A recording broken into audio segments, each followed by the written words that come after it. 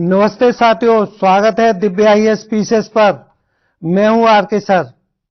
साथियों, आज की न्यूज है कि 10 दिसंबर 2025 को बांग्लादेश की राजधानी ढाका में भारतीय उच्चायुक्त के सामने प्रदर्शनकारियों ने प्रदर्शन किया है। पुलिस ने प्रदर्शनकारियों को रोकने के लिए जो बैरिकेड लगाए थे, उन बैरिकेडों को तोड़ डाला और प्रदर्शनकारी नारे लगा रहे थे कि राजनीतिक बदलाव हो, नेतृत्व में बदलाव हो और विदेश नीति को लेकर सवाल उठा रहे थे। वैसे तो भारत और बांग्लादेश के संबंधों की चर्चा करें तो 1971 से जब से बांग्लादेश का निर्माण हुआ है, तब से भारत के साथ संबंध मधुर रहे हैं। कुछ छुटपुट घटनाएं पहले रहती थी, जैसे कि तीस्ता नदी जल विवाद, सीमा विवाद और अवैध घुसपैठ के, और इसके अलावा कोई भी कहीं पर भी कोई दिक्कत नहीं थी, मधुर संबंध थे। लेकिन अभी जुलाई 2024 को छात्र आंदोलन के माध्यम से शेख हसीना सरकार को हटा दिया गया। तब से भारत और बांग्लादेश के बीच रिश्तों में तनाव जैसी कुछ खबरें दिखाई देती हैं। और इसमें हम देखें कि इस तनाव को बढ़ाने में तथा बांग्लादेश को अस्थिर करने में पाक का बहुत ही रोल रहा है। बांग्लादेश को अस्थिर करने के लिए और वहां पर आतंकवादी गतिविधियां बढ़ाने के लिए पाकिस्तान की गतिविधियां जारी रही हैं, जिसमें वहां की पाकिस्तान की आईएसआई बांग्लादेश में जिहादी तत्वों को बढ़ावा देती है और वहां के छात्र नेताओं को भड़काती रहती है। अभी उस्मान हादी की को जो गोली लगी थी, उसमें आईएसआई का हाथ हो सकता है, ऐसा कुछ पत्रकारों के माध्यम से बताया गया। क्योंकि आईएसआई कभी भी भारत और बांग्लादेश के बीच जो संबंध है, वो उन मधुर संबंधों को स्थिर नहीं देखना चाहती है।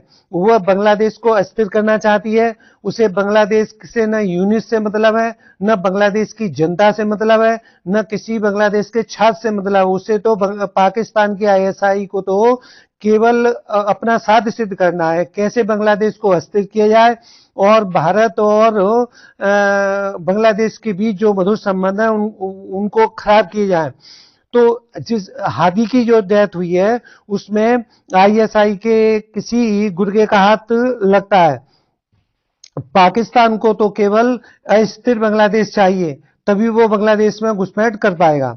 वैसे अगर इस मुद्दे पर आए कि बांग्लादेश में जो भारत का दूतावास है, उसके सामने जो प्रदर्शन हुआ है, उसके लिए भारत सरकार ने बांग्लादेश के उच्चायुक्त को भारत में तलब किया। इनका नाम रियाज हमीदुल्लाह है। उनको स्पष्ट शब्दों में कड़ी चेतावनी दे दी गई है कि भारत के दूतावास की सुरक्षा करना बांग्लादेश का दायित्व है और इसके लिए ठोस कदम उठाए जाएं। और दूसरे नंबर, हादी की जो गोली लग गई है, तो उसके लिए भारत ने स्पष्ट रूप से अपना संदेश दिया है कि भारत के विदेश मंत्रालय ने स्पष्ट शब्दों में कहा कि बांग्लादेश सरकार को इस बारे में बिल्कुल संदेह नहीं होना चाहिए कि भारत अपनी जमीन को बांग्लादेश के खिलाफ में प्रयोग नहीं होने देता है और न हम बांग्लादेश के किसी आंतरिक मामले में दखल देते हैं। भारत न्याय और संप्रभुता और कानून का पक्षधर है। भारत स्वस्थ लोकतंत्र चाहता है, स्वस्थ चुनाव चाहता है और भारत और बांग्लादेश के बीच मधुर संबंध चाहता है। और इससे आगे हम ये देखना चाहें, मैं आपको बता दूं कि इसको दूतावास को लेकर क्या अंतर्राष्ट्रीय नियम होते हैं। तो किसी भी देश का किसी दूसरे देश में जो दूतावास होता है, वह उस देश की संप्रभु संपत्ति मानी जाती है और मेजबान देश को यह जिम्मेदारी लेनी होती है कि हम दूतावास की पूरी सुरक्षा करेंगे।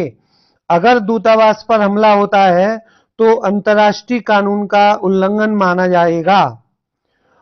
वैसे 12 फरवरी 2026 को बांग्लादेश में चुनाव होने हैं।